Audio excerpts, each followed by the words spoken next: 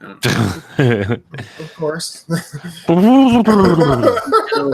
You know I'm a child, man. Oh yeah. I mean, we wouldn't have you otherwise. What's up, Bagel? Bagel. Sorry. It was a bittersweet weekend, I guess you could say. You got sad about the Game of Thrones end too? No. Oh, dude, that was awful. It was so bad. It was awful, dude. Dude, it's like, did they run out of money at the end? It's like legit. No. The last 10 minutes was just Jon Snow walking in a distance. It's like, really, man? Like that's it? Like that's like I think if this were a lesser series, that would have. I mean, the last season would have been fun. Yeah, you're right. But because like they paid attention like narratively all throughout, except for this season, like yeah, there's just so many details in it, and it's just where did all the writers go? Like what? It reeks of people just wanting to be done with it. Yeah, no, because they all have another project. What is it? Is it Star Wars? Star Wars? Yeah.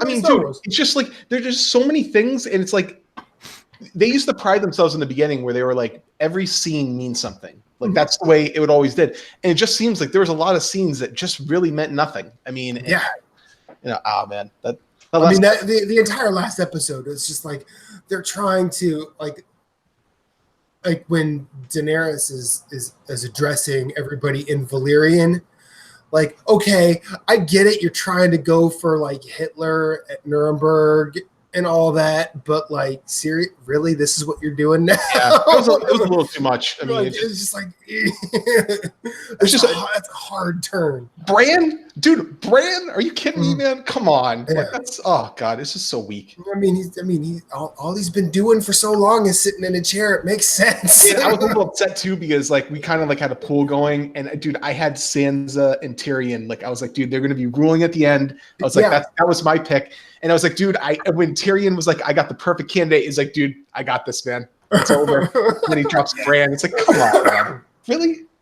I mean, but in terms of like the logic of it, I can see the reasoning behind Bran. Like, okay, makes sense. You know, he remembers history, so hopefully we won't be doomed to repeat it. Yeah. And I like the whole thing where it's like you can't have a child. Totally get that. You know what I mean? Mm-hmm. Nepotism, right? Like trying to nip that in the bud. You know, that's a great idea too. I mean, but also like you could set that up a little bit.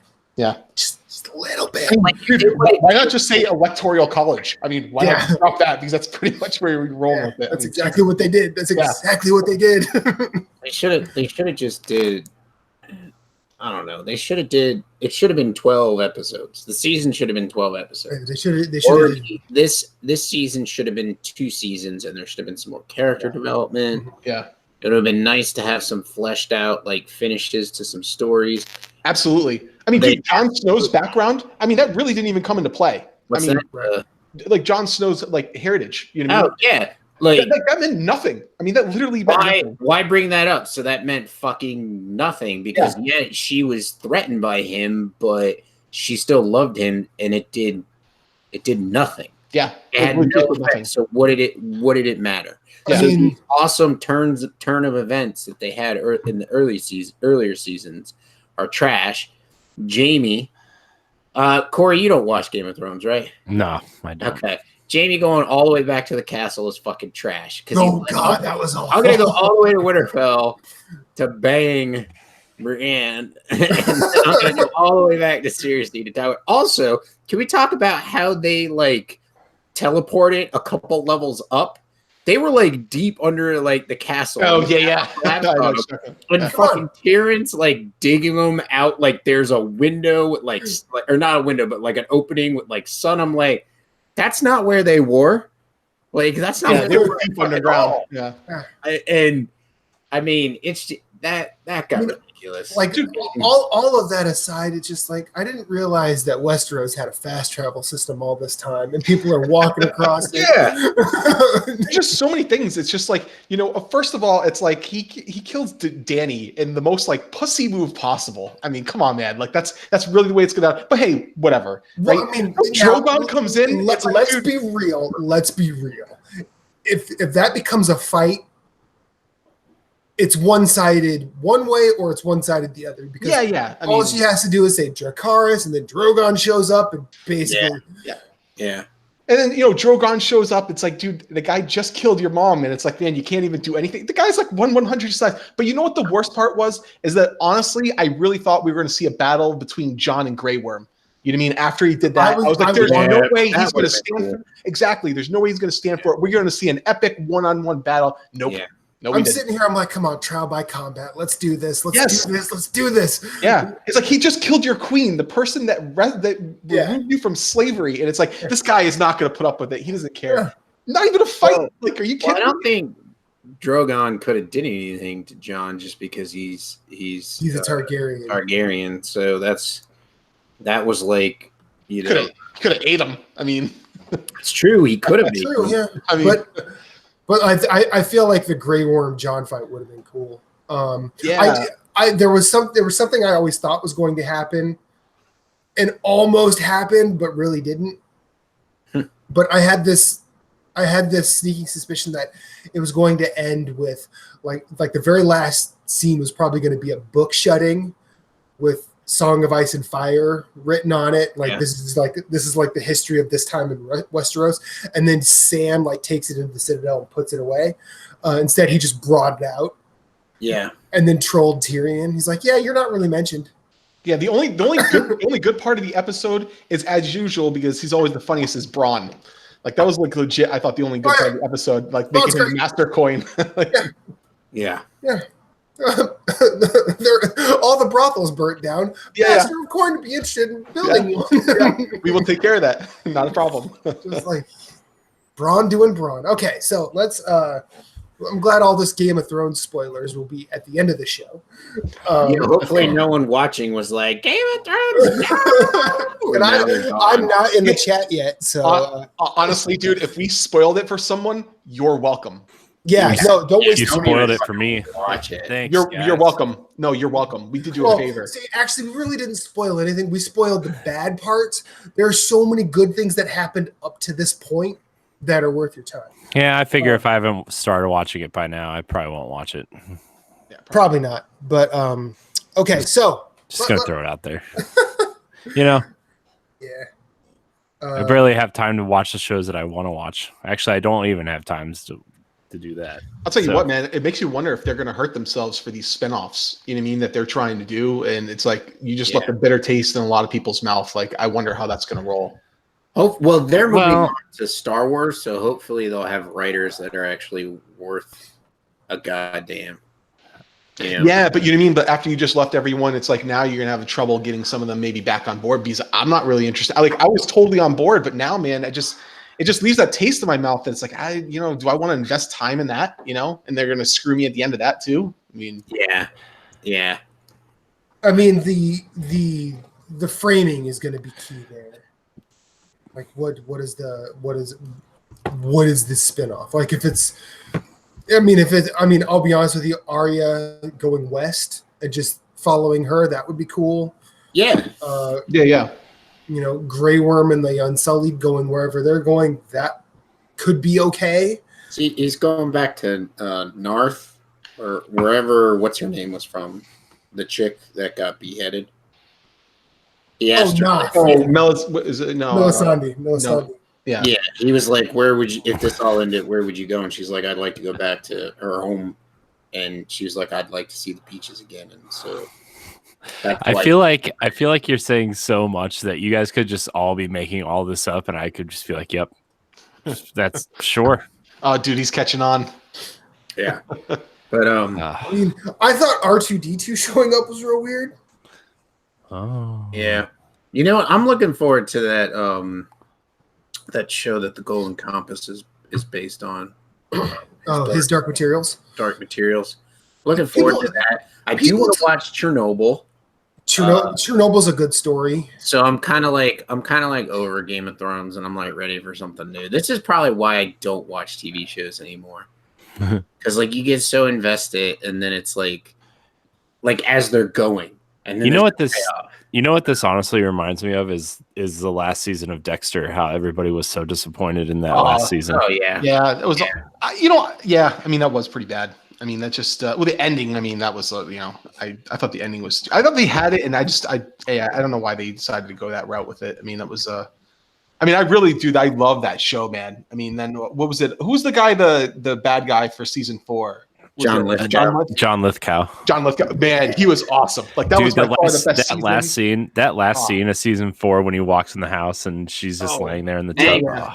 Oh man, that they did so well those first few seasons, and I was like, man, I hope they keep that season 4. I was like, oh man, it cannot get better than this. I was like, man, that just turns out you're right. yeah. I mean, it was it was so good after that, but I mean, it was good. It just it felt like you're just kind of going through the motions. I mean, it just running in place. Yeah, right. All right, let's get this started. Okay. No. Okay. Fine. I'm just kidding. I mean, I don't care. Let's go. Let's do it. Why not? All right. 3, 2, 1. This could be the day that we push through. It could be the day that all our dreams come true. For me and you. Welcome to Nerds Gone Rogue, episode number 145. Or no, 46? Or is it 45? I think it's 46. 46. Well, if it's 146, we have a special one because we have a guest. I'll get to that in a second. But we have another special reason for 146. I'll get to that in a moment too. Oh, jeez. My name is Matthew Keel. I'm at Infinite_Rewind on every social media platform in this conceivable universe. We are here live on YouTube. We usually start on Monday nights between 8:30 and 9. We were just under the wire this time. I love it when a plan comes together. That's youtube.com/NGR Radio. All of our content can be found at nerdsgonerogue.com. And I'm forgetting everything already. It's fine. It's all changing anyway. Oh, it is? Great. Well, I mean, this weekend we recorded the last episodes of Pow Block and Arsenal X. So. Oh, it's ending?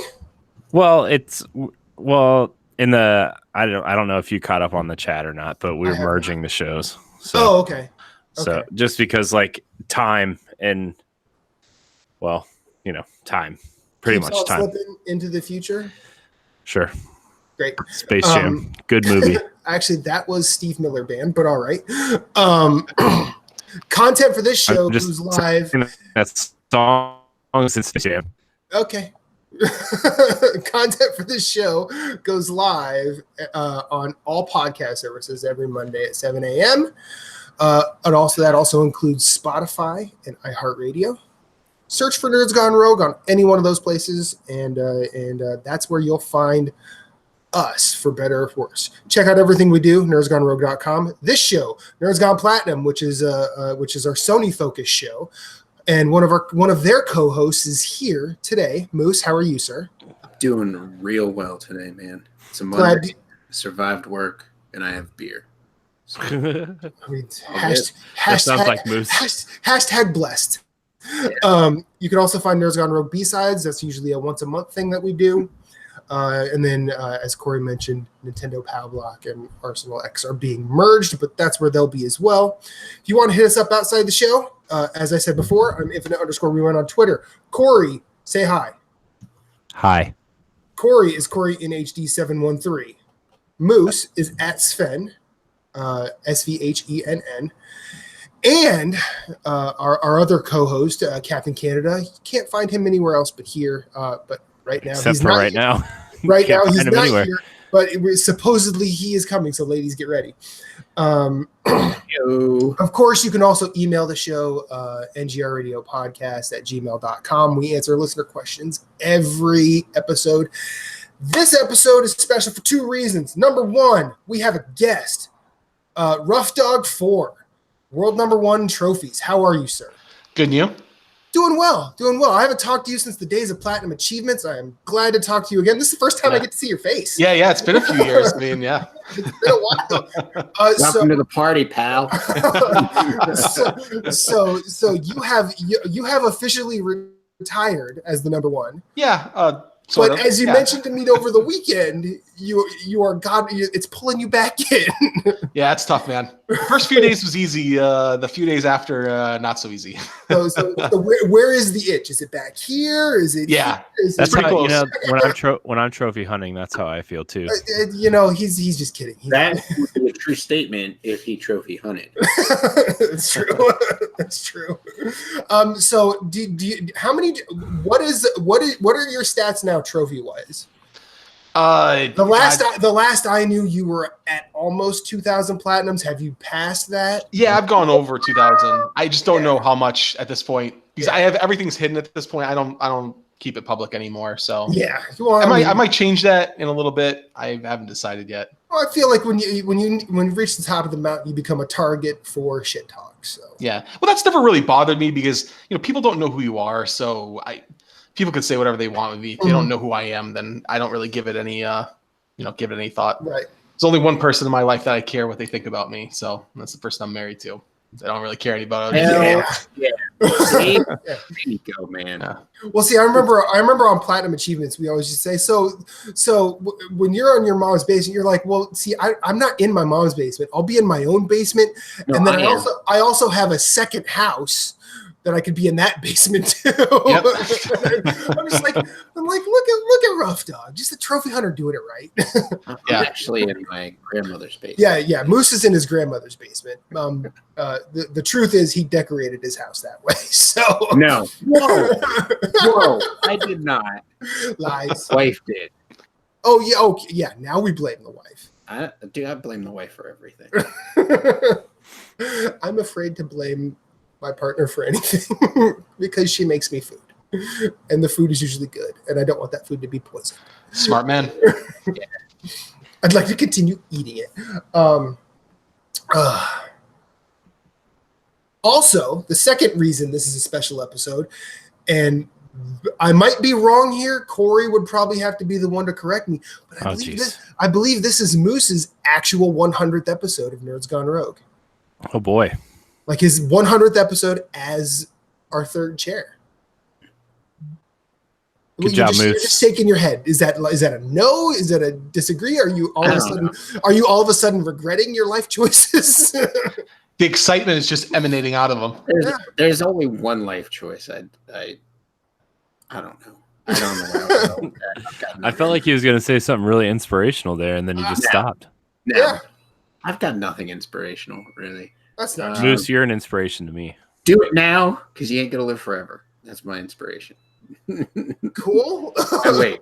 Eat more burgers. There you go. More burgers, beer, and boobs.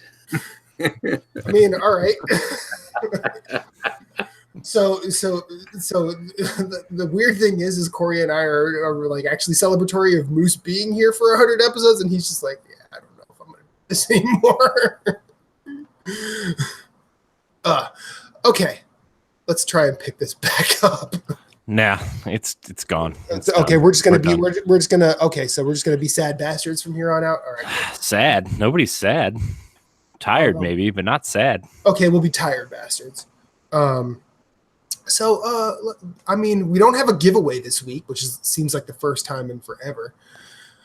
What are you guys playing? Let's do some game time. Oh, jeez. Let's start with the guest. Rough Dog, what you playing? I'm currently playing Star Ocean to the End of Time. Cool. It's a JRPG. It's one of the games I've been looking forward to that's been sitting in my backlog probably for months and months, but ever since I retired, it's the first game I started up. Cool. How far in it? I am 35 hours in, and honestly, I feel like I'm nowhere in the story. And it feels great. Awesome. It's like, wow, I've been doing this for so long, and there's so long to get to clock says 35 hours, but I feel like I'm nowhere. Yeah. Nice. It's kind of a good feeling sometimes. Yeah. Though. I've been there.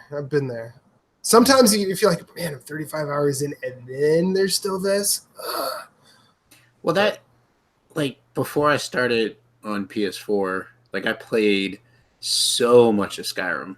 Mm-hmm. That's like a conversation for another time as far as that goes. Yeah, you can get lost in that game. Well, it was also my therapy. Well, my second therapy. I was seeing a therapist for my divorce. So if I couldn't sleep, I just got up and play Skyrim. And so I love that game. and I could give two shits about achievements because Right. achievements are trash because you don't really get anything. You just get, oh, hey, here's 30 points out of 1,000. Okay, that doesn't As really opposed mean to a fake JPEG of a trophy.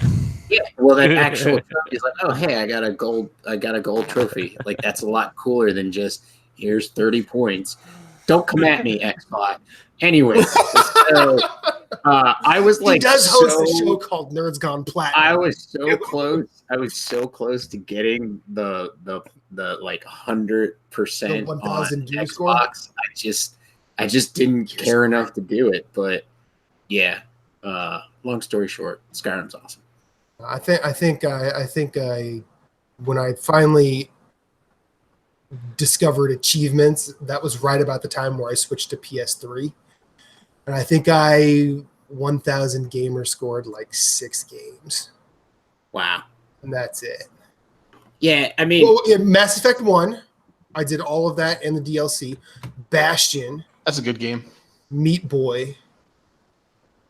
Bastion, I need to get the platinum. You should get the platinum too if you already have 100%. Well, I want to. I get distracted. The old lazy, that could be, and time. But and then I did all of Costume Quest.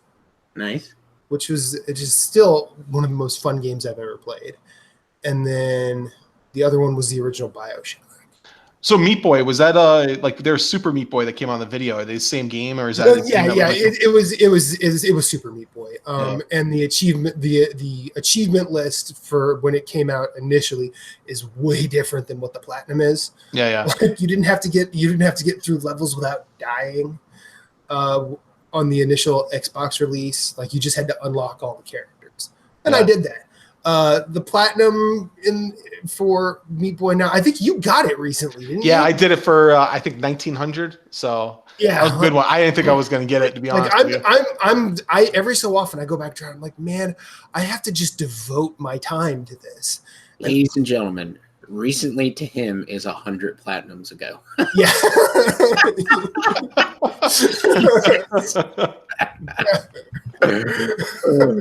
But it feels weird. I just did that like 8 hours ago. Well, you don't know. I'm platinum 4 games tonight. Yeah. Well, it's these rat games, man, that producer, I mean, they make like 6 easy platinums, it seems like a week, 6 or 10.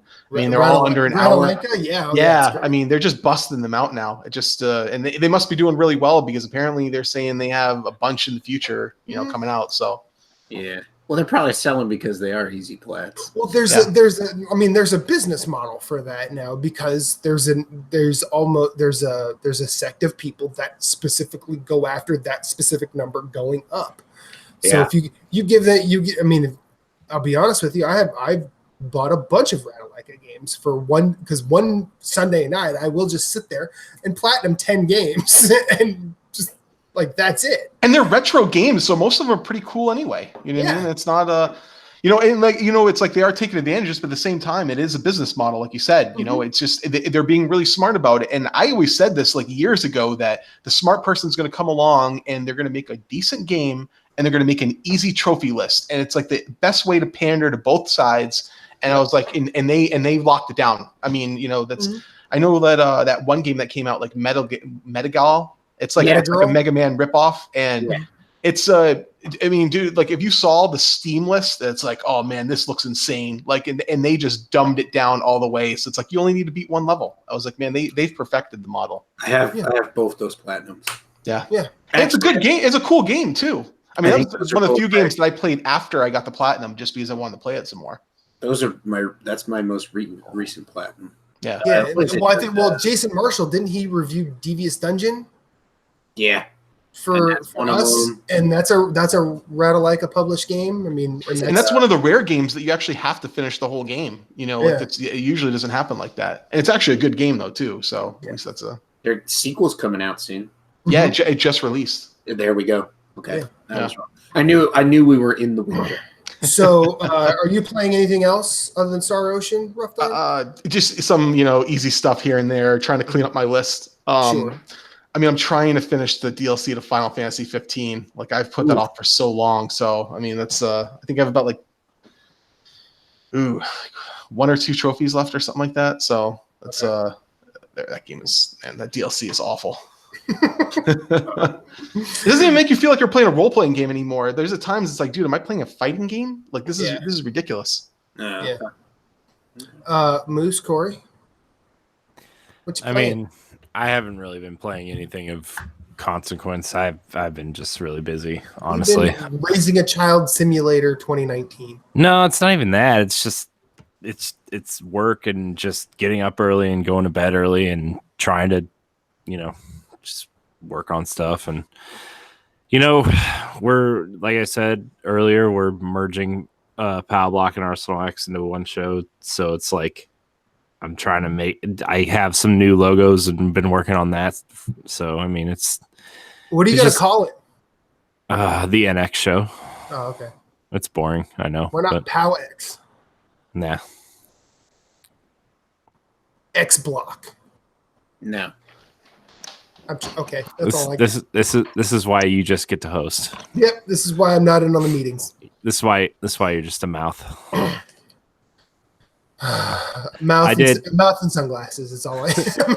I mean, I did play a lot of Tetris this week though, but that's whatever. Right. Tetris 99 or Puyo Puyo? Nope, just regular Tetris. Old school Tetris. They have the offline mode for Tetris 99 now. I know, but the whole point of Tetris 99 is that it's free. I'm not going to go pay for a free game, Plus, I have Puyo Puyo Tetris, which has plain Tetris in it. Is that paid? Yeah, it's $10. Oh, that game has hard trophies too, right? Tetris, the one that's out, or I don't know. I'm playing on Switch. Yeah, we're talking about Switch. So there's no trophies on. There's easy Switch. trophies on Switch because there's none of them. Yeah. Anything else? No. I've just been super busy. Yeah. This has just been a bad couple weeks of trying to play games. Yeah. Well, I mean, new job, daughter's teething. Well, the other day, my kid went to bed early and my wife went to bed early. I'm like, all right, it's Saturday. I'm gonna stay up a little bit later and play some games. Turn on my PlayStation. Dude, before I could even sign in, I fell asleep on the couch. I was like, I've been there. Yeah, so I've been there. Yeah, those nights seem to happen more and more. Yeah, yeah. It's getting. I had one of those recently. Like Reba's like, I just can't stay up anymore. I'm like, well, you don't have to go to sleep. And so she went to bed. I'm like, yes, here we go. Signing into the Division. Yeah.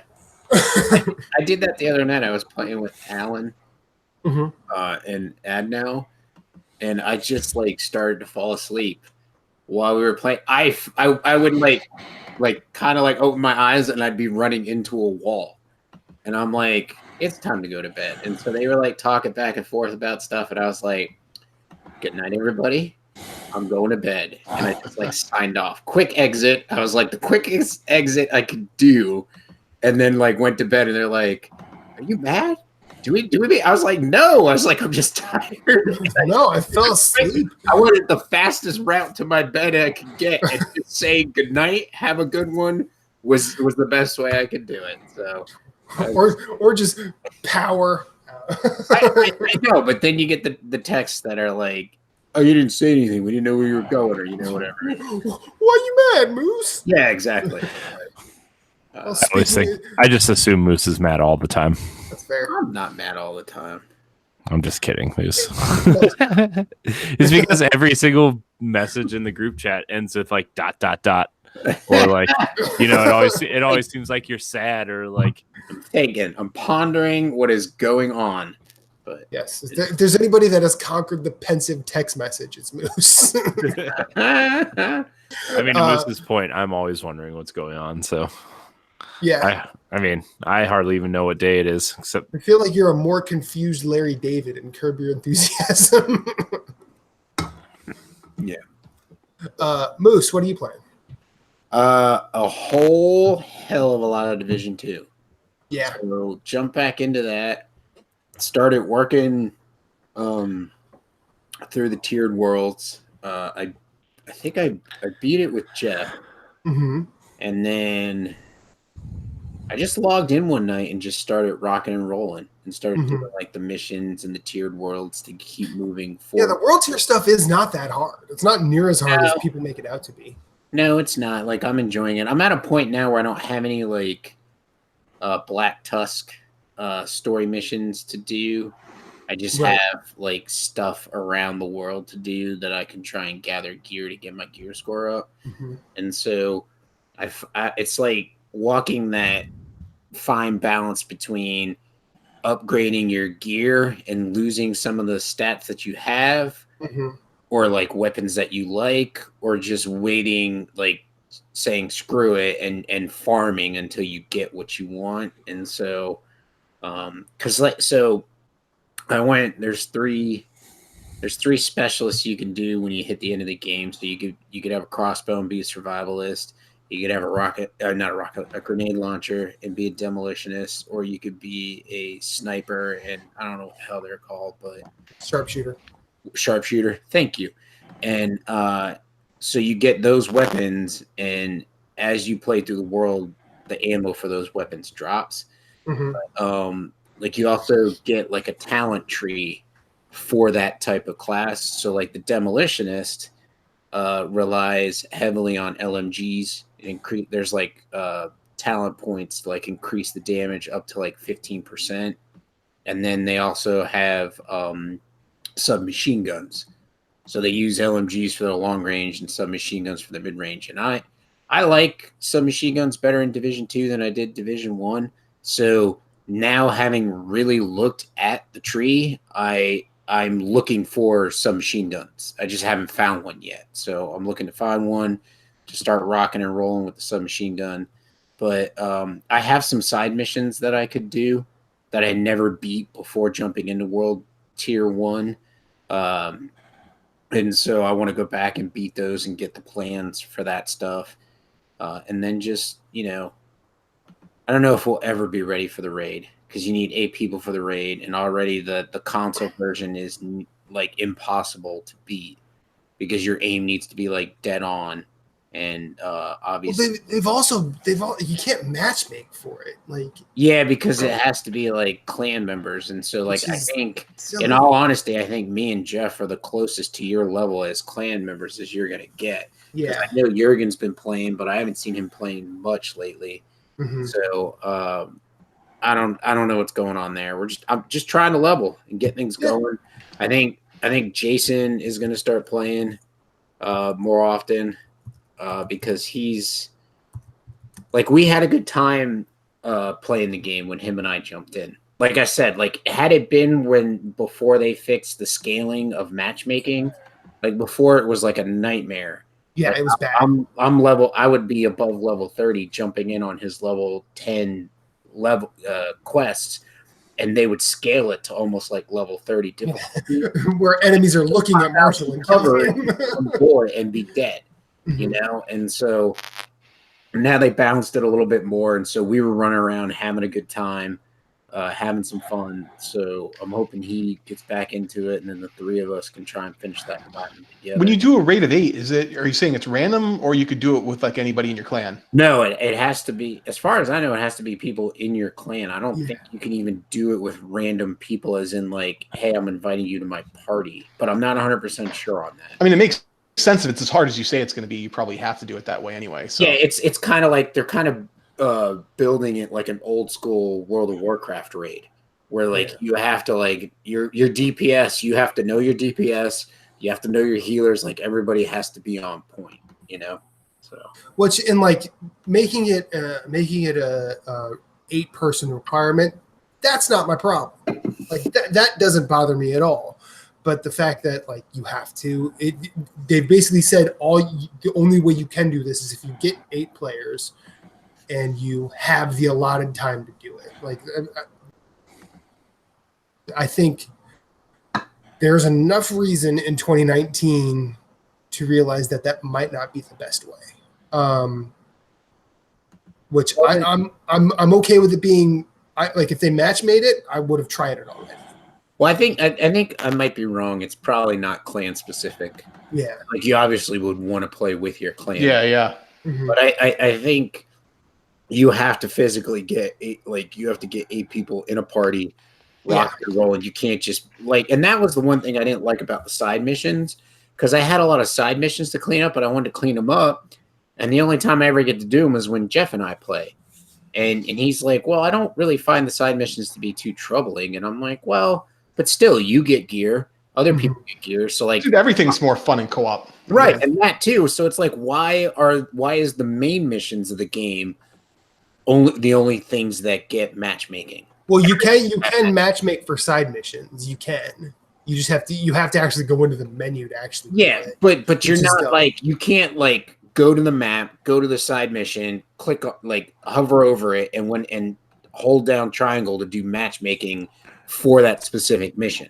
I understand what you're saying. But what I'm saying is it's not as easy as the main mission, because with the main missions, I'll just queue up for matchmaking and then run around and take over a control point, territory, do a hostage situation, stuff like that and what's nice is it'll tell you, hey, you've been invited to this person's, they're ready to go, hold down on the up on the direction pad, and you teleport right to it and you're good to go, So I like that feature. I just wish it wasn't only specific to the strongholds and the main missions. I wish they would have did it for everything, because even if they did it for one side mission, you could be like, okay, well, I got a bunch of side missions, and that person's like, I have a bunch too. Hey, let's, we got a couple that overlap. Let's do them all, because like I said, it's just more gear for everybody. So, been playing Division 2 and a little bit of Bloodborne because I got a problem. Right.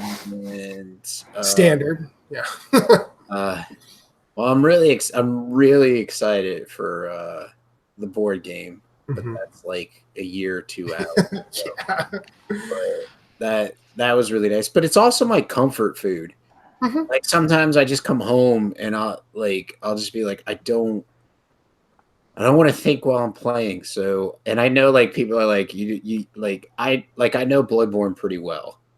I feel. I mean, I'm not the best player at it, but I can get by, and I don't need to be I feel like I need to put more thought in when I play Division 2 than I do Bloodborne. And I feel Bloodborne is 10 times harder than Division 2 is. But it's just one of those games where I know it pretty well, and I know I could just run around and have a good time with it, and I don't have to put too much thought into it.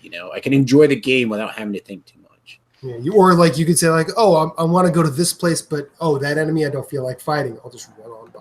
Yeah, exactly. So, I wish I was playing with this, you guys. I need a really good co-op game to play. I feel like that's where when I retired, I was like, I need something fun to play. So I was like, shit, check out videos of Division 2, man. I highly recommend it. If you have you ever played the Gears of War series? No, I haven't. Okay. Third-person shooters at all? Yeah, sometimes here and there. So I stopped playing it because a lot of my friends, we used to play a lot early on. Just they all started having kids, and it's you lose them. It's they never have time to meet up anymore, and it's damn, man. It's just I didn't want to do it by myself. It just wasn't. No, that's understandable. But we've talked about it. If you find the time to jump in, let us know, man. Because absolutely, we're always looking to play it or help people play. Like now that they've got the scaling fixed. The only problem is any loot that I pick up, if I'm in your world and you're level 2 or 3, any loot I pick up is my level.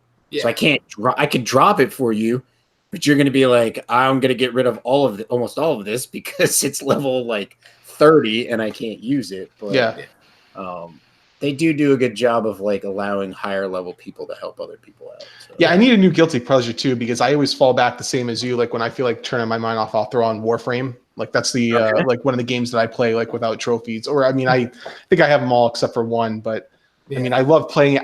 I'm starting to get a little bored with it. So it's just I feel I need another guilty pleasure to swap it out. And so maybe that's something I need something like this in there or something like that. If you're okay with if you're let me tell you about Division 2. It is a story that is basically, I do not know my name. I do not know why I'm here. I know that I must kill. Yeah. I mean, that's really what Division 2 is. And luckily for Division 2, the killing is kind of fun. It is. It's really fun, actually. I like it a lot. So, I platinumed it last week or a couple weeks ago. It's probably 2 weeks ago, I think. Yeah. You did. And I'm still like I was actually playing that. I'm gonna go into what I'm playing now, if that's all right, Moose. That's what I'm done.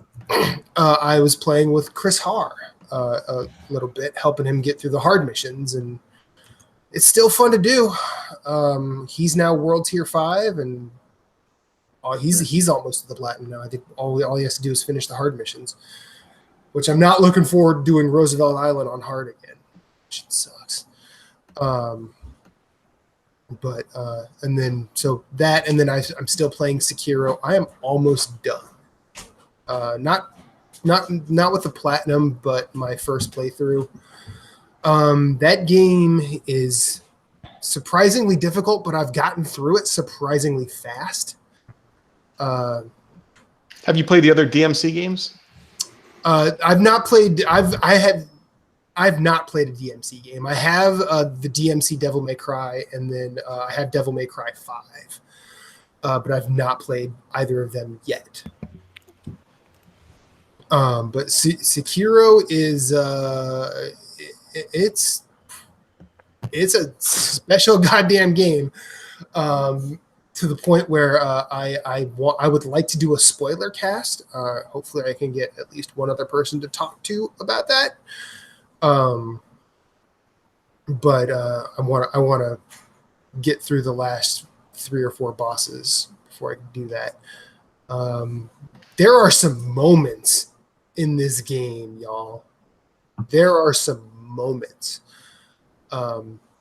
Game's good. Combat's fun.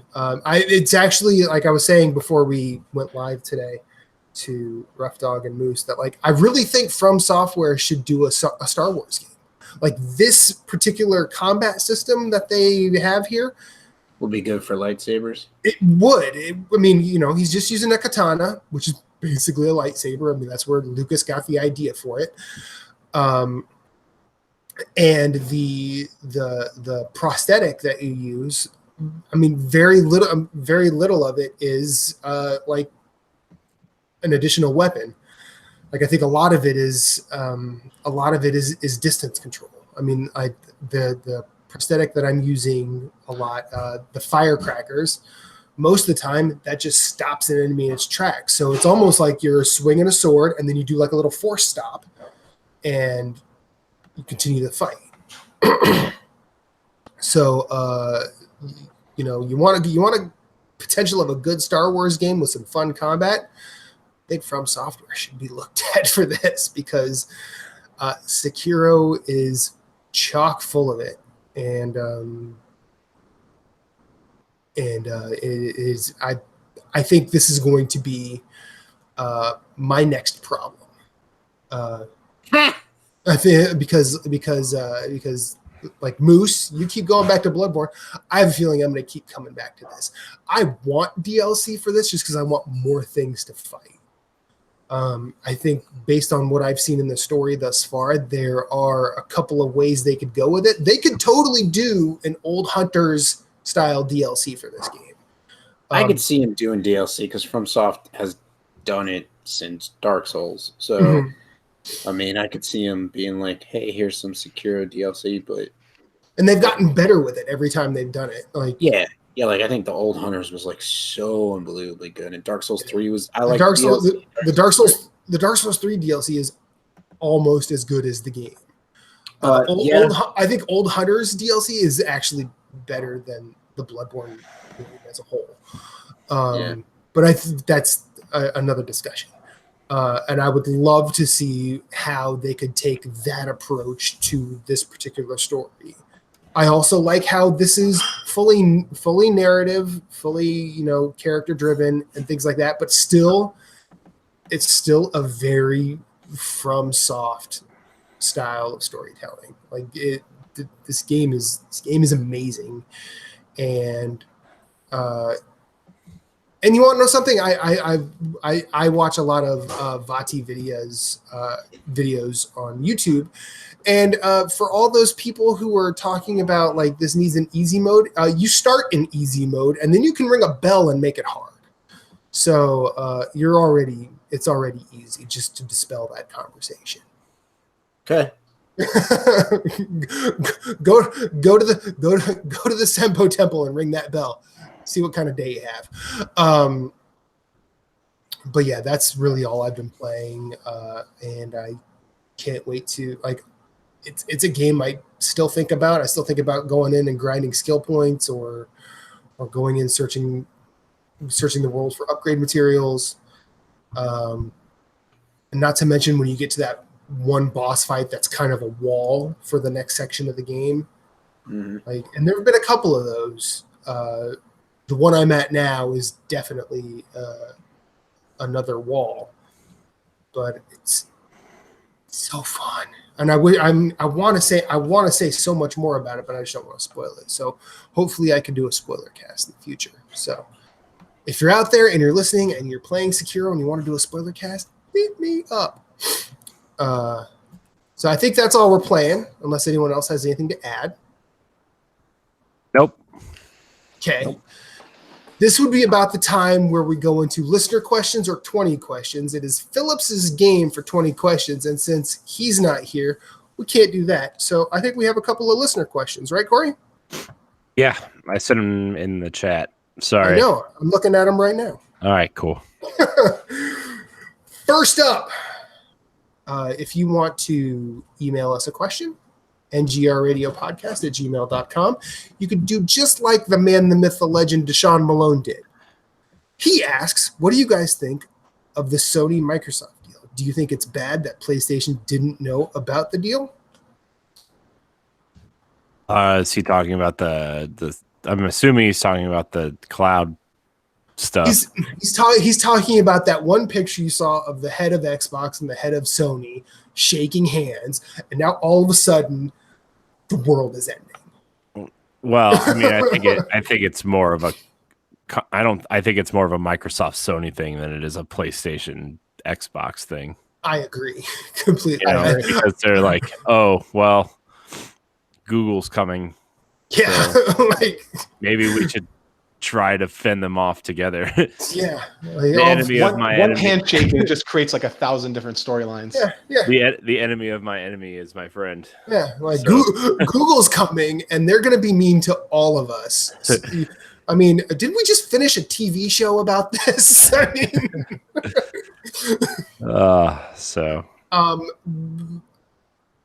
like I don't know. I don't know enough. I'm not. You mean you're not a networking engineer genius that knows anything about cloud gaming? Not today, I'm not. Who knows about tomorrow? Man, why are you even here? Exactly. Do you even cloud game, bro? I don't. Because you look good in sunglasses. I don't know if I cloud game, to be 100% honest with you. I probably have. Didn't know it. But you know, until we. I tried PlayStation Now once. I mean, until we see rubber meeting the road on the ground, none of this really matters. This is posturing at best. And I listened to the Giant Beast cast, and they said like this isn't even a contract. It's like I don't remember what they said, but it's like some sort of just like, oh, it's a general agreement. So it's them shaking hands. It's basically like, yeah, we're all right. I mean, there was a rumor that Nintendo was also talking to Microsoft about this cloud gaming stuff too. So, I mean, right. And here's the thing: Microsoft has the technology, and they don't want to invest the money into doing their own version of the technology. So they're just going to use it. It's the same.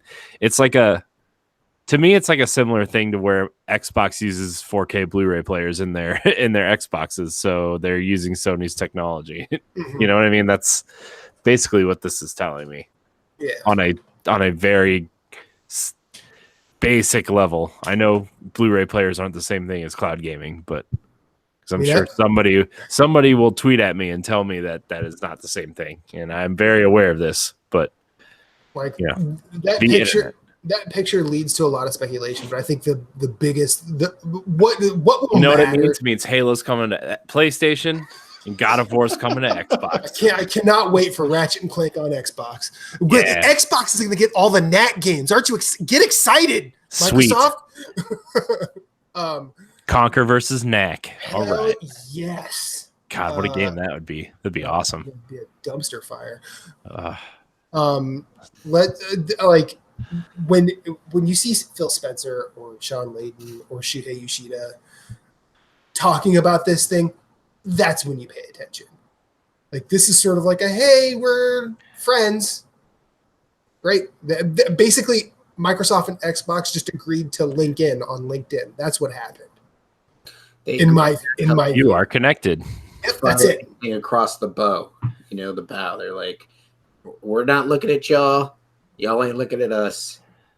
Here comes Google. Yep. Really all it is.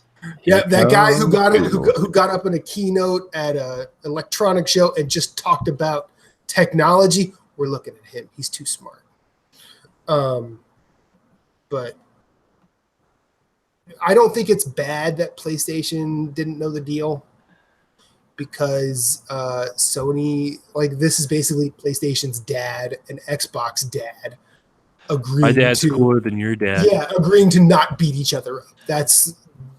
They're not even agreeing. They're just agreeing to not let their children beat each other up. That's what it is. So. And even that'll only go so far, because here's the thing: in a week or in a undetermined amount of time when the next generation starts, I can't wait for the Xbox versus ponies. Things like, oh, Xbox is better. No, PlayStation's better. I mean, eventually it all just ends up as Billy Madison in the pool with the shampoo and conditioner. That's the first thing I thought of when you just did that. Rough Dog, any thoughts? I think you're muted.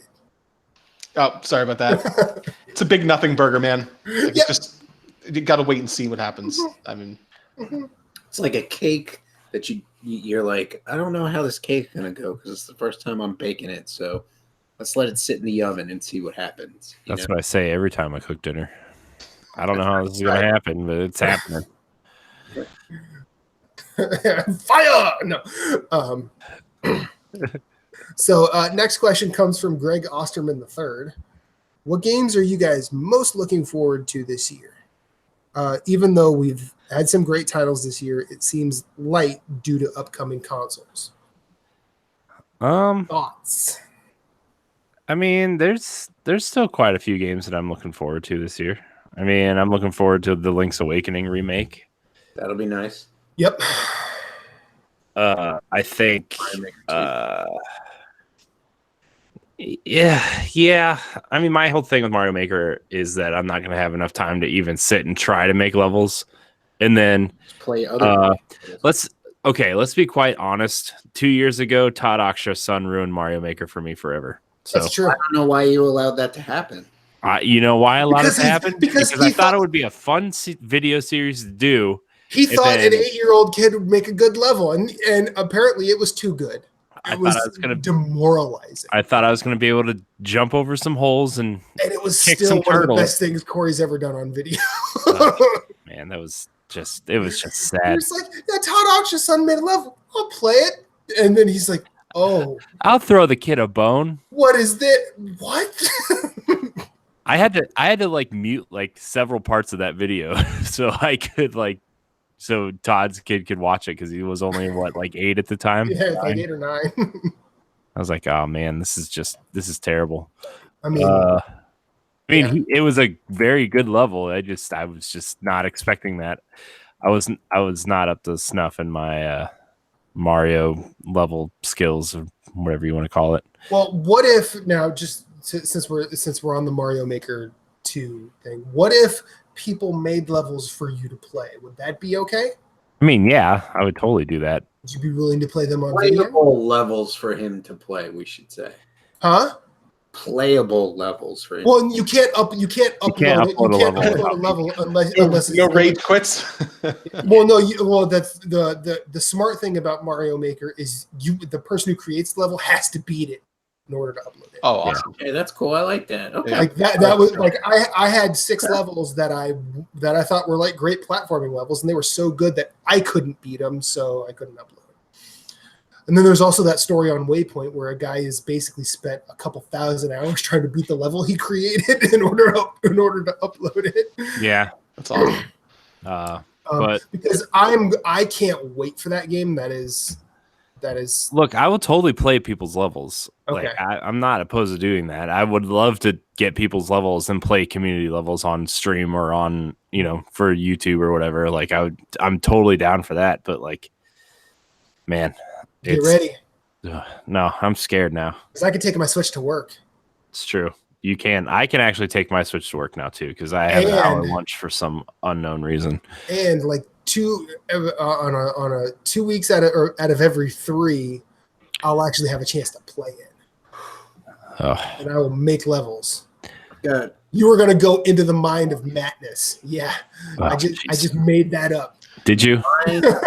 Madness. I stopped bringing video games to work a long time ago, man. That shit just gets you in trouble.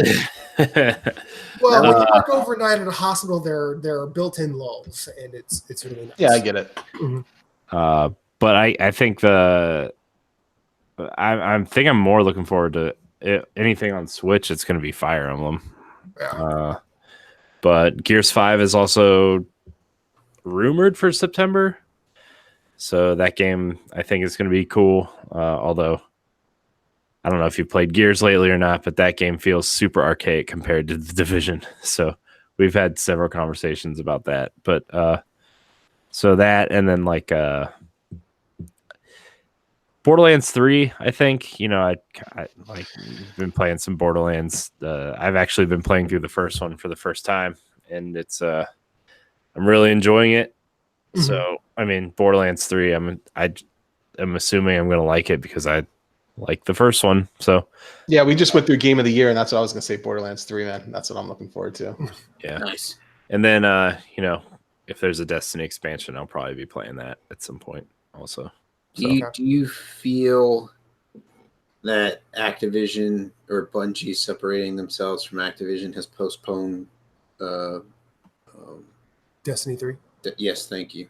I was like, all the goddamn D names. I'm like, wait, which one was that? I think I don't think they've postponed it. I just think Bungie's on their own schedule now, and I think right now the rumor is Destiny 3 is going to be next gen only, so they're going to wait until like 2021 to release Destiny 3, so they have an install base, and they'll have the whole generation to just pump content into that game.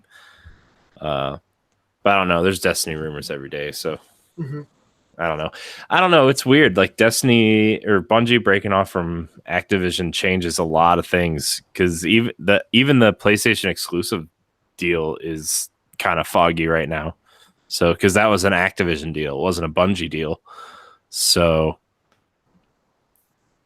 I don't know. I've been so out of the loop with Destiny though for the last like 6 months or so. It's just smart, man. I mean, I would assume that it's not by choice, Moose. It's because I don't have time.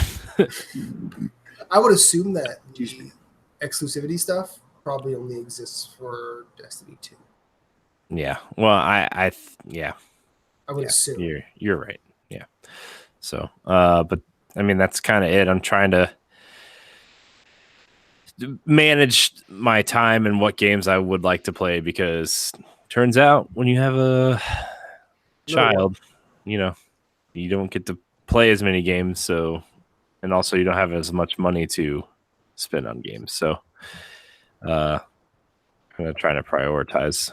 I don't even have a child. I'm broke. Yeah, that Borderlands trailer was nice. Did you see the one I'm looking forward to is the Final Fantasy VII remake? That was there. That looks really, really good. Look good. I mean, the same boat. What is your stance on Aerith's face? Because the internet seems to have a problem with it. I didn't see the big deal about it. I mean, It's that's already starting. That's my thought. That was a joke. You don't really have to answer that question. The internet was ablaze because her face was too long or something. I don't know. Jesus. I'm like, jeez, come on. What doesn't the internet complain about these days? She's gonna die anyway, guys. Don't worry about Yeah. It's 20 year, it's Nope. like Twist. 20-year twist. She doesn't die. Yeah. like, That's what the third episode is about. Is her coming back to life to save everybody.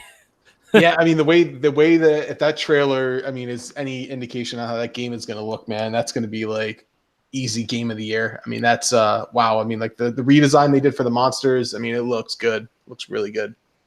I mean, Yeah.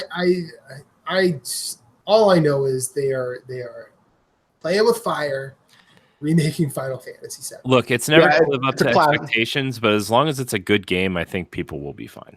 I agree. That's all. That's all I can say. Is You're like, never going to touch the level it was at. I mean, that was just The thing is, it's kind of like when they added all that shit to Star Wars.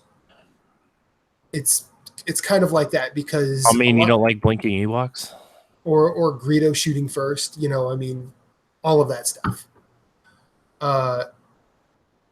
There's a very real possibility that there are people that are going to play this, be like, they have just ruined my childhood.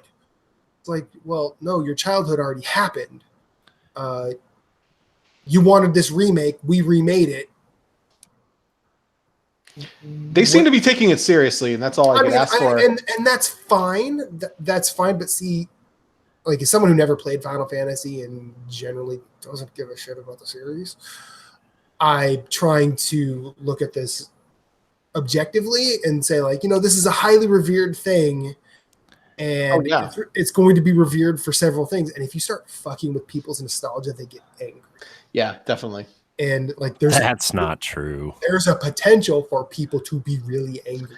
Well, especially the voice acting, that adds the interesting element, right? Because you always had those whatever you kind of pictured in your own head of what they sounded like. That to me is going to be the most interesting one, is the voice acting part. Well, of that. I think people have a slight expectation for that because Advent Children is out. That's a good point. So I'm not.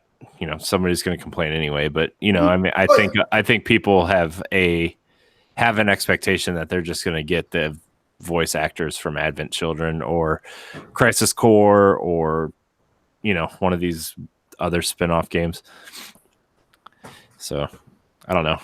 You think they'll shove in Dirge of Cerberus in there just for God, that game was so bad.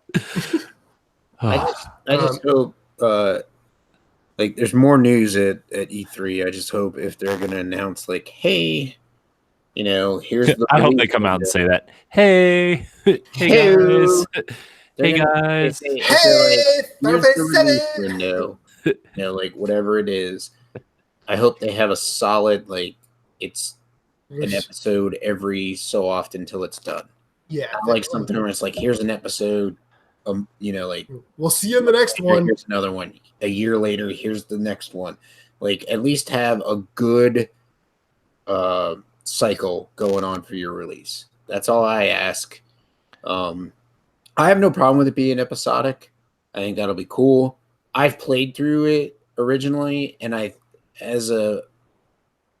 stated before, I bought a PlayStation 1 because of Star Ocean and Final Fantasy 7.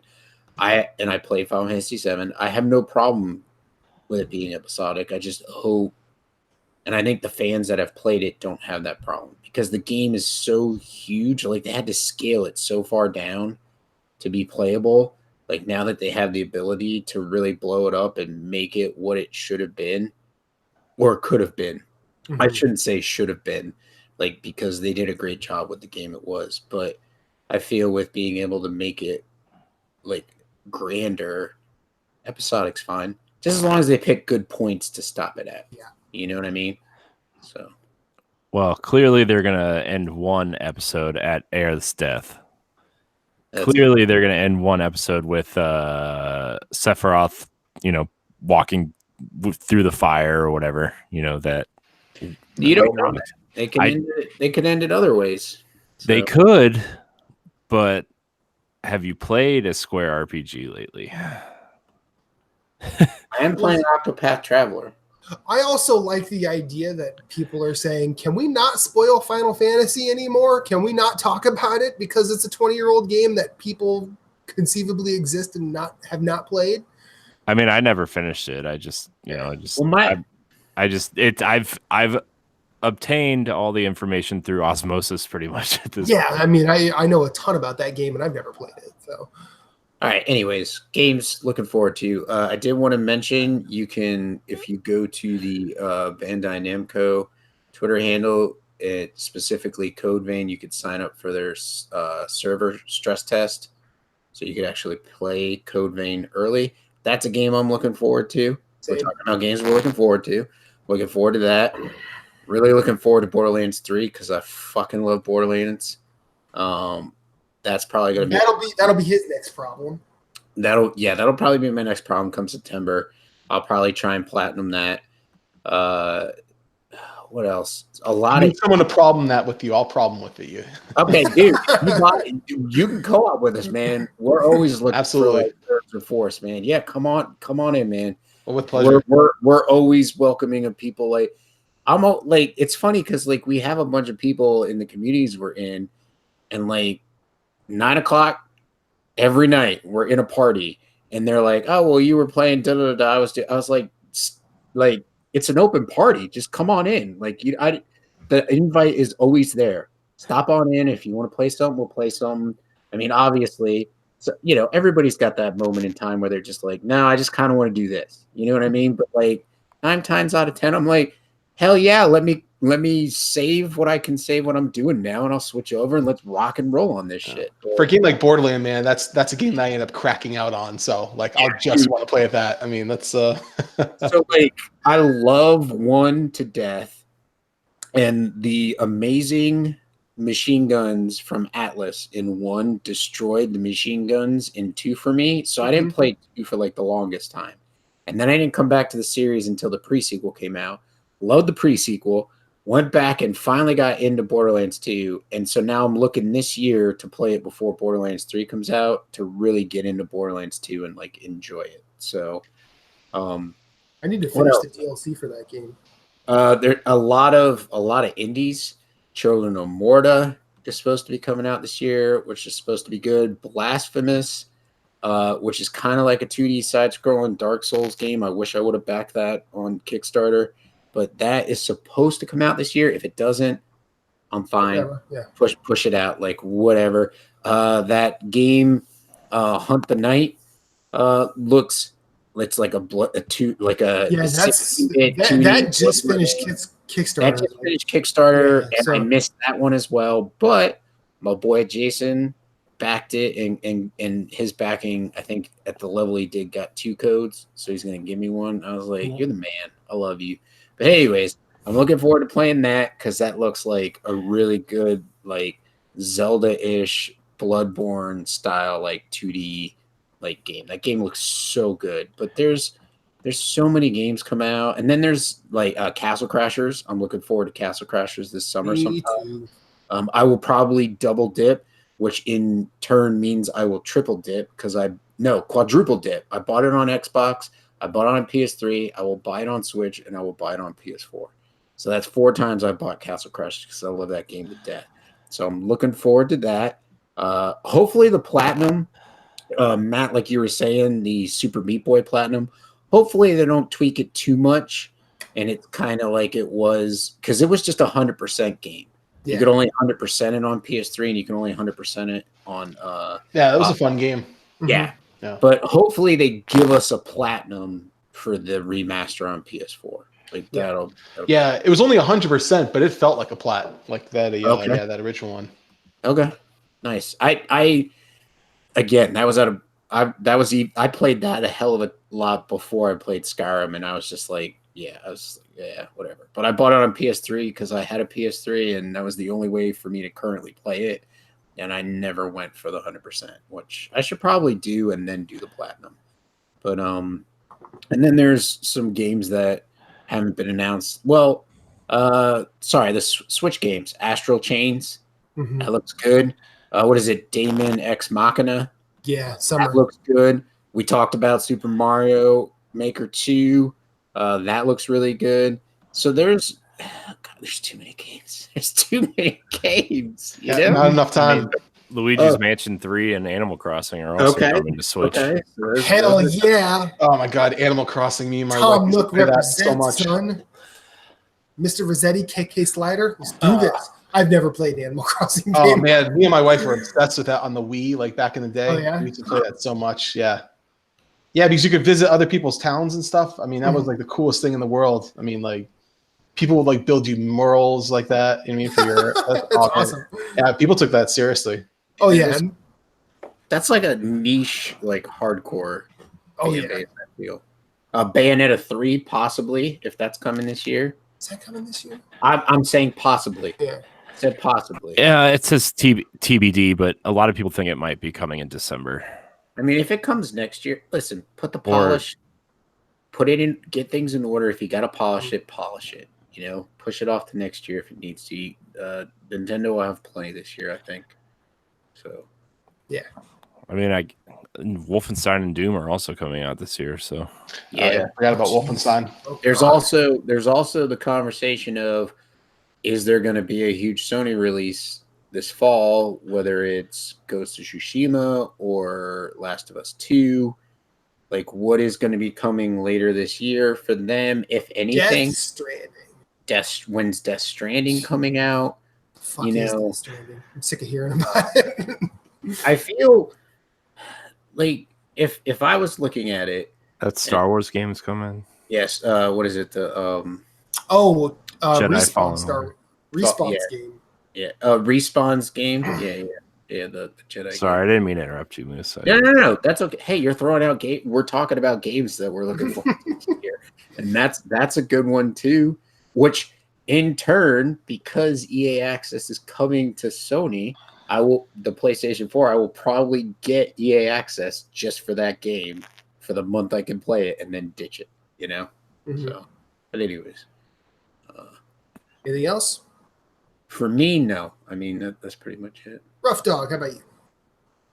Yeah, it was just the Final Fantasy VII. That was, I forgot about Wolfenstein. So, and now that I just finished Wolfenstein 2, I'll definitely be playing that new one. I wasn't sure if I was going to get that done. So, well, I sort of finished it. I kind of retired, I guess, right in the middle of it. Did you go after the platinum in Wolfenstein? Yeah, I got. I'm just one trophy short right now. It's the. I just got to. No, I got that. I'm nice. just missing the 1,000 helmets or something like that. I was grinding in the middle of it, and that's kind of when I quit. I was like, I couldn't take it anymore. This guy. Guys, yeah, it took me like 4 or 5 days straight of main 11. That was hard, man. It wasn't as bad as I thought it was going to be though. Like it's just it's just the same difficulty as the one before, and I thought it was actually going to be harder. It wasn't that bad, man. It kind of goes back to what we talked about earlier with Super Meat Boy. It's like practice, man. As long as you have practice and patience, like you can get it. It's not as bad as I thought it was going to be. That's pretty much like all Dark Souls games. Mm-hmm. Yeah. Patience. Yeah. I was looking at that, and I don't think I'll ever get it because I tried Wolfenstein 2 and I didn't really like it, but I have promised that I'd go back to it to try it again. That game's hard on easy. And give it a second shot. Well, I feel I'm looking forward to console generations, or maybe just moving to PC, where like I don't give a yes, graphics are good. I like graphics. I want smarter AI. I want, when I increase my difficulty from normal to hard, I don't want it just to be, okay, you take more damage per more hit points. Yeah. And you do less damage to them, or they have more hit points. I want it to actually be like they're smarter, they flank, they move. Like I feel in the Division 2, they do a really good job. Black Tusk, yeah. The difficulty and the Black Tusk and the flanking. So as far as I know, I'm the only guy on this podcast currently that did the end game stuff for the beta.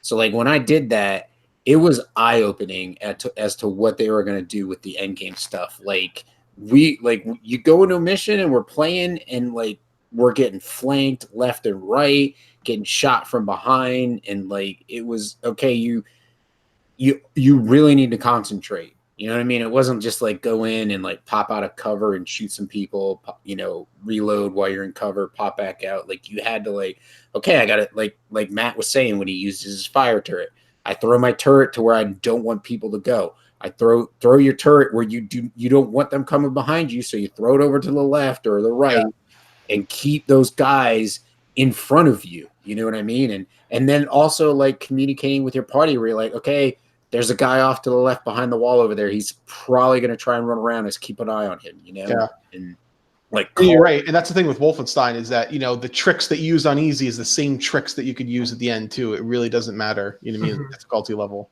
Yeah. So I guess we're to me now.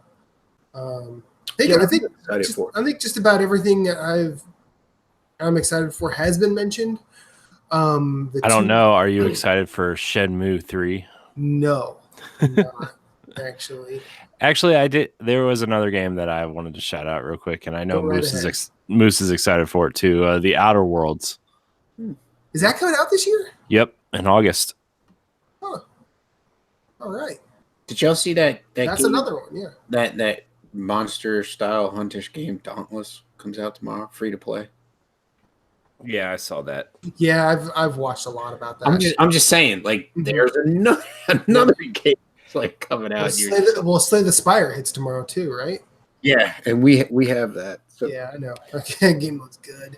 Guys, Team Sonic Racing also hits tomorrow. I've got some good reviews. I've seen some good reviews for it. That series I've played a couple of times. That's a game my wife will play with me. It's not bad. I'm not gonna get into the Giant Bomb argument as to whether or not it's better than Mario Kart. Oh god. Because the best kart racer is Mod Nation Racers, hands down. But if it's so good, why hasn't it come back? Because the studio was shut down. Oh, must not have been that good. I'm just kidding. I'm just messing. So you're laughing at people losing their jobs. Is that what you're doing, Corey? No, I'm just laughing at you because you like a crappy video game. People spent a lot of time on that game back in the day when it came out. I mean, I'm just kidding. I one of them is on this show, and his name is Matthew Keith. Yes, I spent a lot of time. You probably also played the Vita version, didn't you? No, I did not play the Vita version. Oh actually. man, you're part of the problem. Should have got the Vita version. What about Spelunky 2? I haven't got a chance because fucking Shade Master here. You know what? Here's what we're doing. We're gonna mute him for a little bit.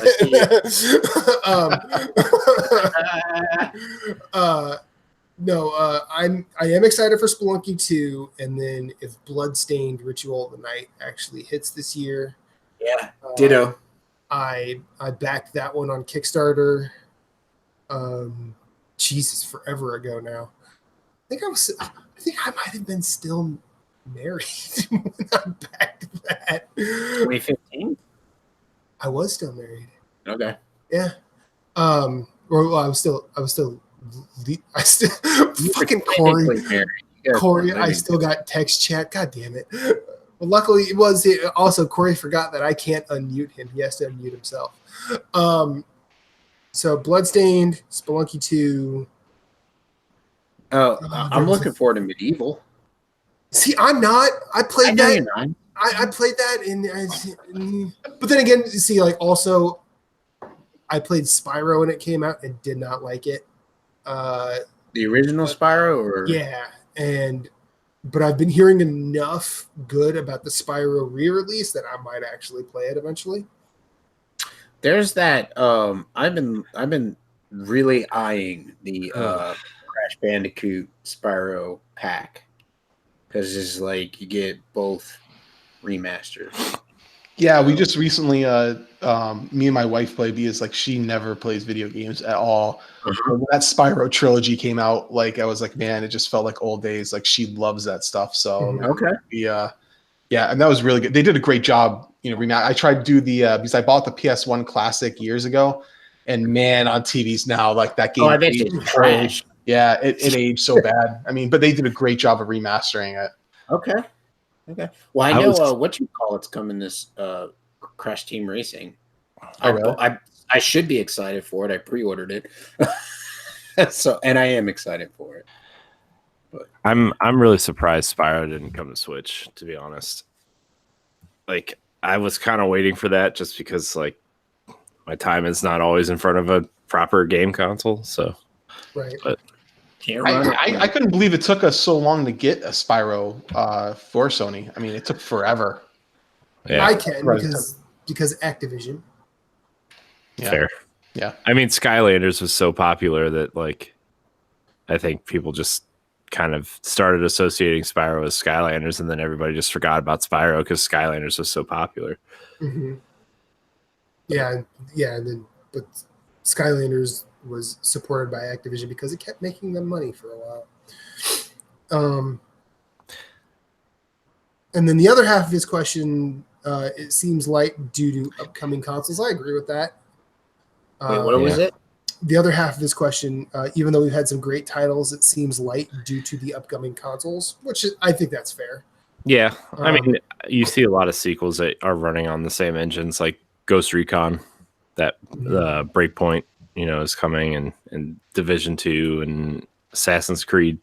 All these sequels are just eating up the last of the life cycles of these consoles. And Yeah, and if you're going to come up with a big quality title, I mean, obviously you want it to have a bigger lifespan. So you get it if they want to wait for the next gen. Yeah, and you want to hit at the right time because Exactly. Like the pre-sequel did at the end of the last generation. It hit right before PS4 was released, so people were like, "Nah, I'm not going to do that." yeah, plus, like, the transition to games as a service, you don't want to launch one now. Right. Well, I mean, I guess the Division 2, I guess, is fine, but you know what I mean, like. Well, Division 2 had Division 1, so like people were Yeah. like, "Oh, that's kind of a known quantity." Yeah. Well, I mean, backwards compatibility. I'm sure the next Xbox will be too, so it doesn't. Yeah, matter. it's so weird though, because, like, man, the backwards compatibility is going to be so blurry now. Just the way that the consoles are working now, and the rise of digital, and I don't know, man. It's just like your game's just going to run on the next console because the infrastructure's almost identical. Yeah. I was telling Jason and Jeff, I was like, I already know the first game that I'm going to play on my PS5. Bloodborne. Goddamn right. Man, I can't wait just to see what this is going to look like. Every time we see one of these next gen stuff, man, it just blows your mind, like, about where they're going with this stuff. Man, it's going to be really interesting to see what we're going to see, man. Especially over like the next 10 years. You know what I mean? Yeah. I think I just want better AI.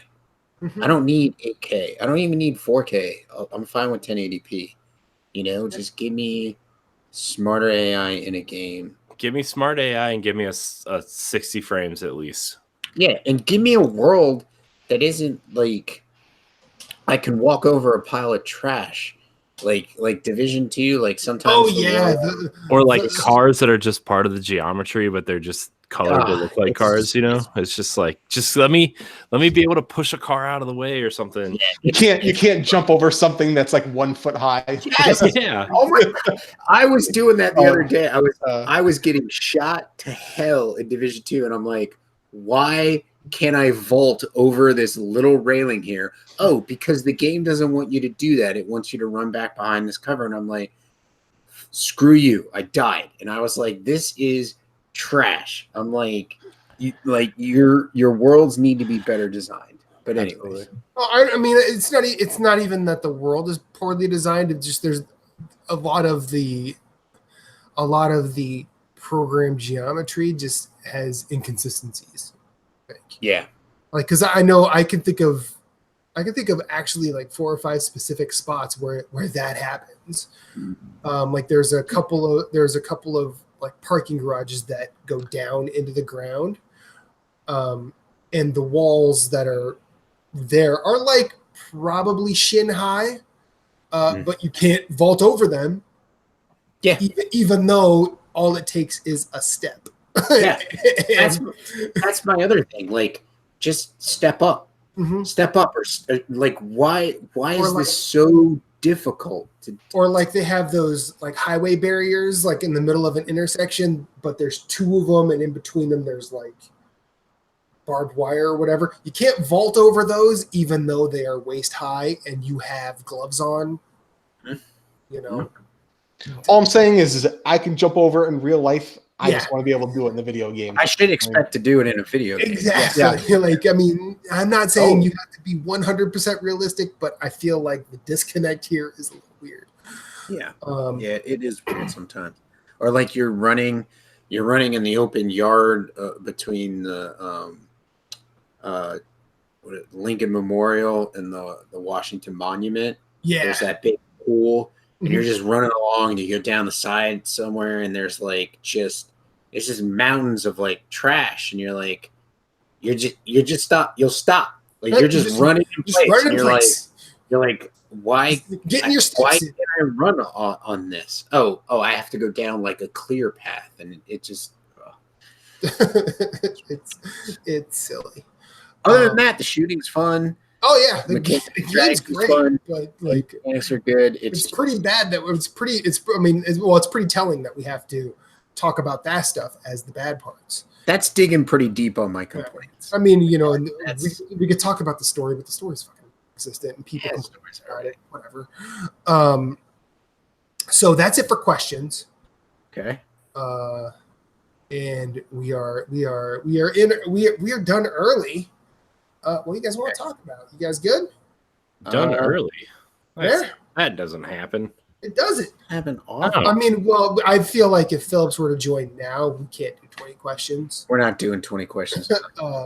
So that'll be postponed yet another week. Yeah. And then by that time, we'll have to do 2 weeks in a row of it. I'm going to stab him in the face when I see Nah, him. don't do that. Hmm. You'll make him not pretty anymore. I'll punch him. Yeah, do that. 'cause then Make him chug a gallon of maple syrup. It'll be fine. I'll try and punch him, and then he'll pull some. Yeah, he'll do his. By the way, Matt, I don't appreciate that you just ignored my joke in the side chat. Because your joke is awful. It's hilarious. By the way, Corey, I'd just like to tell you that it's shit that you say on Arsenal X that you can't talk about. I'm like, hey man, open up a chat with me on Facebook. Let's talk about some Avengers Endgame. See how it is. I'm all alone in the dark here. Only like Jeff hasn't seen it. Jason finally saw it, and Jason's like, it's not even in my top 10. And I'm like, I don't know. I enjoyed that movie. Still haven't seen it yet either. So Yeah, it's I good. thought it was really awesome when Batman came in and started throwing Smurfs at Thanos. Smurfs. I don't know. Oh, that's amazing. That's actually would be a good. That would be a good meme. He was humming the Smurf song in that voice. La la la la la la. Apparently, it's going to be winner now. So, Who's Batman Smurf? We got one of those. I don't know. I think it would be that Smurf. But as much as I want to see Endgame, I really now want to see John Wick 3. Like I got to see that first now. I So. want to Yeah. see that too. They just announced the fourth movie's coming in 2021. Oh, really? Yeah, Good. like literally like an hour ago. Yeah, I heard everyone say how awesome of a movie it is. Like, I mean, I really liked the first two a lot. yeah, they're Yeah. really good. And he has said he will make as many John Wicks as people want to see. Yeah. Mhm. There's probably like no better person out in Hollywood too than Keanu Reeves. I mean, it's really like I don't think there's well, anybody for out there that part, yeah. Well, for that part, but I just mean like in general as a guy. You know what I mean, like as a man, like he's like he's like one of the best guys out in Hollywood right now too. So I mean, Yeah. I really hope John Wick 4 is actually the lead in to Bill and Ted 3. I hope it's just all the same universe. I hope That's common. I hope Ted just grew up to long be overdue. a brainwashed assassin like in CGI George Carlin from the first one just walks into a John Wick movie looking at his watch. I was talking with the wife yesterday when we went to dinner, and she's like, "Any movies you want to see?" And I'm like, "Yeah, I'm looking to see that John Wick." And she's like, "Oh, I want to see that too." And I'm like, "Who the hell are you and your wife?" Like, and so she wants to go see it, and so I'm like, "Well, let's go see it." And so I texted her before the show. I was like, "If you need access to the first two to catch up on the story, like, I can give you that access so you can watch them on her iPad while she's playing solitaire. But I'm just like, I want to go see 3 in the next couple weeks. I want to enjoy it. I think it's going to be good. And then, I mean, I'm looking forward to Bill and Ted. You know, I was a fan of the first two. Really more so the first one than the second one, but I do. The second one's not. It's not. The second one's a weird good, one. but it's decent. It's decent. I still really want to see Detective Pikachu. I hear that's good. I want to see that. I don't know. I think anything looks good when you compare it to that Sonic trailer. Yeah, that's true. that looks wow. That was awful. Not even Jim Carrey can save that pile of trash. I mean, from the trailer, like Jim Carrey was the only redeeming thing. He did a lot of lifting. He did a lot of lifting for that game, and it's funny because it's like people like did like Photoshop touch-ups, and they're like, "Here, we fixed your artwork," and it's like, how many times do like how hard is it to mess up Sonic? He's looked the same for like just use like make a real. Okay, so his legs got longer, and he's started wearing a scarf. Big deal. It's like, how do you mess that up? This is why people don't like Hollywood. Like, this is why DC has huge problems, because the executives just meddle in the creativity of their movies, and they turn out to be absolute fucking shit. Yeah, totally agree. Because I mean, I was really disappointed with the whole DC universe. I mean, they've done an awful job. It's disappointing too, because I would prefer to see that well over. You know, what are they doing bad in the DC universe? Because I really don't know. Well, okay, so Batman versus Superman, right? So they did Man of Steel, and then Superman actually killed somebody, and then they couldn't let Superman be his own thing, so they had to his his semi sequel was Batman versus Superman, and it had to use Batman. Which was the Ben Affleck Batman. And then there was the Justice League. And the Justice League was if you think Avengers is like Avengers would be like the A team, Justice League would be like the F team. Okay. it was really, really bad. Like really bad. Like poorly written, poorly acted. Not poorly acted. I was gonna say written. The acting was good. All the actors were good. I mean, Wonder Woman was really good. Mm-hmm. That was good. Yeah. What else have they got lately?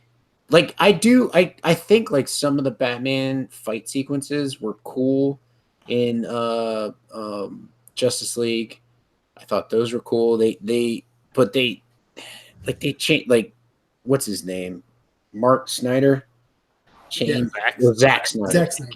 Changed kind of what Batman is to fit his storytelling, and it's you guys have no understanding of the source material. Apparently, they're going to stop doing that though. I thought they said that they're going to stop the meddling though. So, which they should, because they're making money and they lose money, and that's the reason Marvel does so well, is because they hire people that love the source material and then just let them do what they do. That's why Guardians of the Galaxy is so good. Both 1 and 2, and that's why James Gunn is coming back to do 3.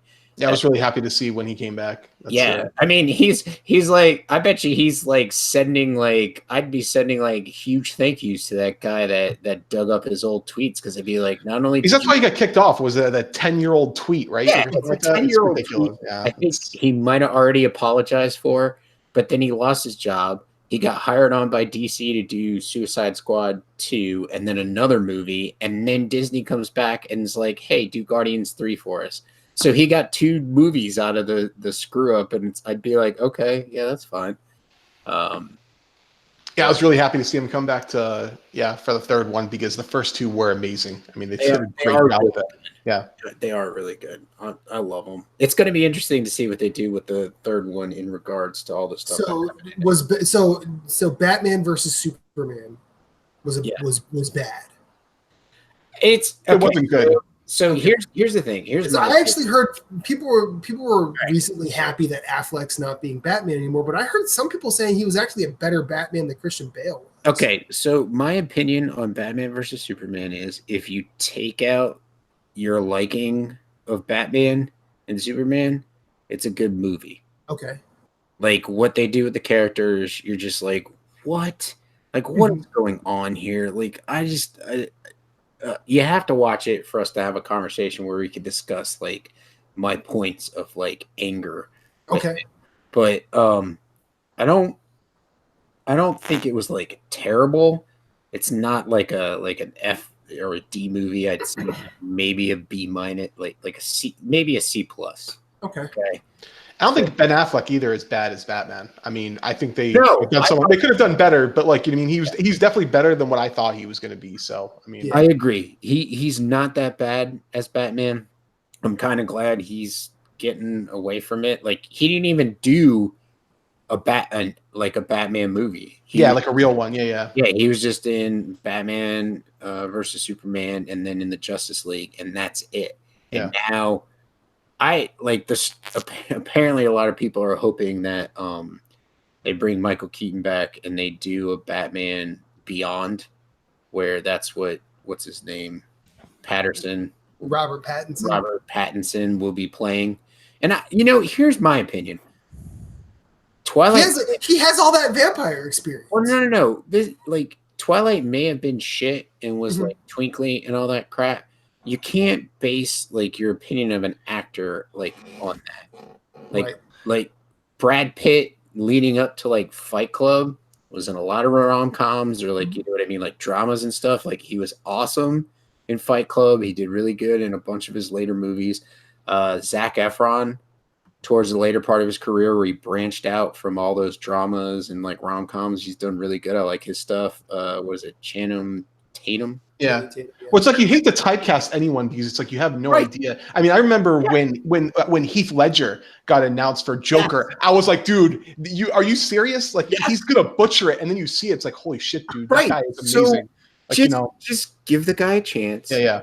I'm ready to give him a chance because they can't do any worse than they have been doing. Well, but see, prior to Ledger being Joker, like he had been in like, you know, silly things like 10 Things I Hate About You and A Knight's Tale, but he had also done Brokeback Mountain. So that like shows some range. That's a good point. Yeah. Like Affleck, like you could say what you want about his career, like he's done varied things. Oh, he has. He's done quite a bit. And like he definitely did things that conveyed the range for Batman. Robert Pattinson, he's known for the Twilight movies. He's done other shit. And been all right. That's what I said. I hate to typecast people. You know what I mean? Because that's the thing is that, you know, you see it and it just, you know, you have no idea how good they are. So it's like, you know, withhold judgment until you see it. Now the rumors of Kristen Stewart as Catwoman, like that seems a bit silly, to be honest with you. Yeah, it is. I think that just started because they're in Twilight together. To be honest with you. I mean, see, that would be a poor decision pairing both of them together again, like in a movie like that. I don't think that would be a good decision. There is a list on I forget what website it's on, but there's a list that said if you're a Batman fan, here are a list of Robert Pattinson movies you should watch. Yep. So, I mean, that's cool. I like that. I like that somebody's putting that out there because, like I said, like people have to start somewhere. You know what I mean? Absolutely. I've seen some previews for some movies that he's done, and I'm like, I'd actually watch that, you know. But have any of y'all seen Shattered Glass? No. No. Christensen. Holy shit! Like when you look at him as Anakin Skywalker, and then you watch that movie, you're like, it's a completely different actor, and like it's made me a complete and utter fan of his acting abilities. Like it is such a good movie, and he's so good in it. But it's about the journalist who would like falsify his stories, and then I can't remember the one guy's name. He's a pretty big actor. He was in Jarhead, but he plays the guy that like. Is it the Prince of Persia? Gyllenhaal. No. It's one of like the side guys in Jarhead. I'm sorry, I didn't mean the main guy, but I can't remember. Jarhead's such a good movie too. Yes, that's a good movie.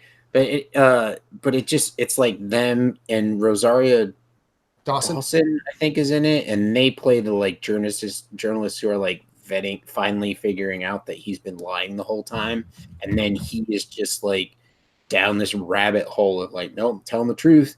I was there. This happened, and it's it's crazy. Like it's good. I highly recommend it. If you have access to Shattered Glass, check it out. Just like don't go into it being a Star Wars fan. Just go in and watch the movie because he is so good in that movie. He's so good. Yeah, the one thing, like when I first saw him in Attack of the Clones, like I thought I was one of the people who thought it was like his fault, but then I realized, oh wait a minute, actors don't really have that kind of control over it's their that parts. piece of shit director George Lucas. Well, I actually don't. I mean, Attack of the Clones is a bad movie on several different levels. I think the biggest level is the writing, because that is some of the most piss poor writing that I can even think of. I don't know if you guys have ever like seen or read John Carter from Mars. I don't know. I actually have the book. I have the Martian trilogy. But yeah. So I mean, even the movie, like the movie does a lot of things that the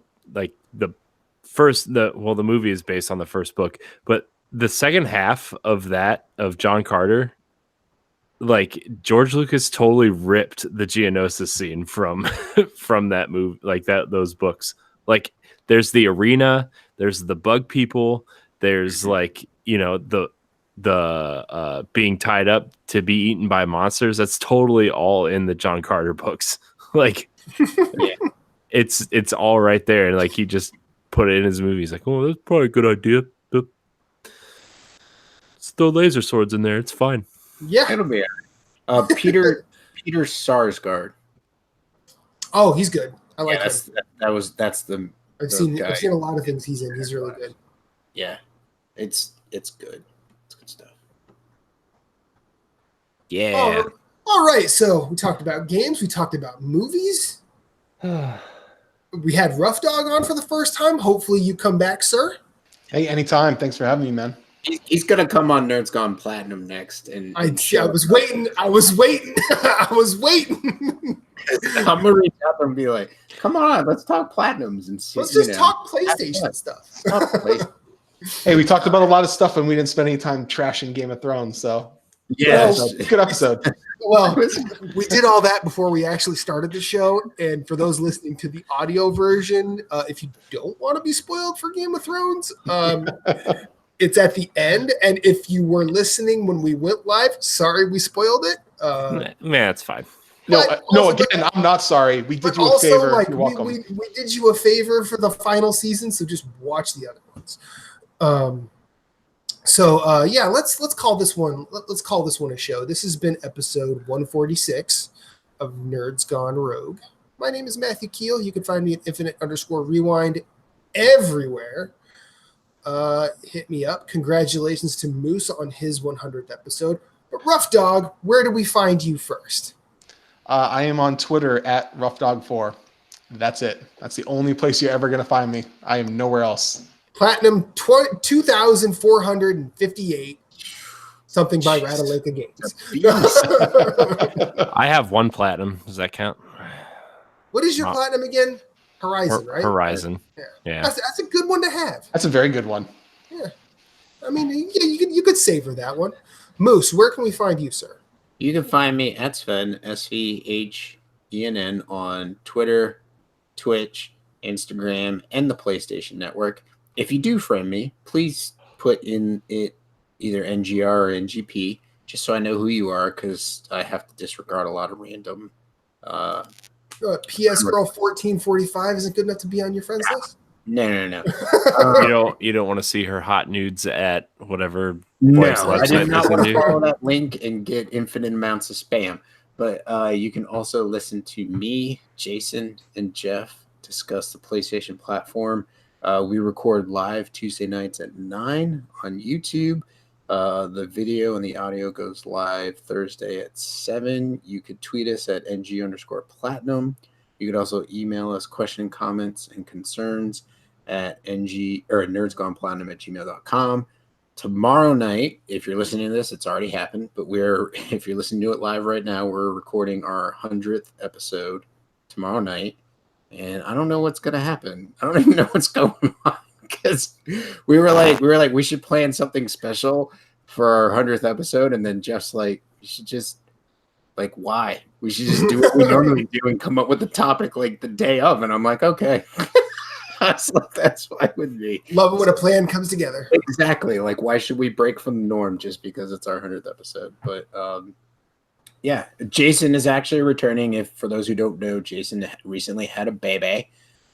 His baby is doing well. So his mom and his oldest daughter. So he's actually going to make it on the show for the first time, I think, in 4 episodes. Yeah. It's been a month now since Slacker. I know, but it'll be good. And then I think you've officially been on more episodes of Nerds Gone Platinum than he has now. No, I actually think I broke even.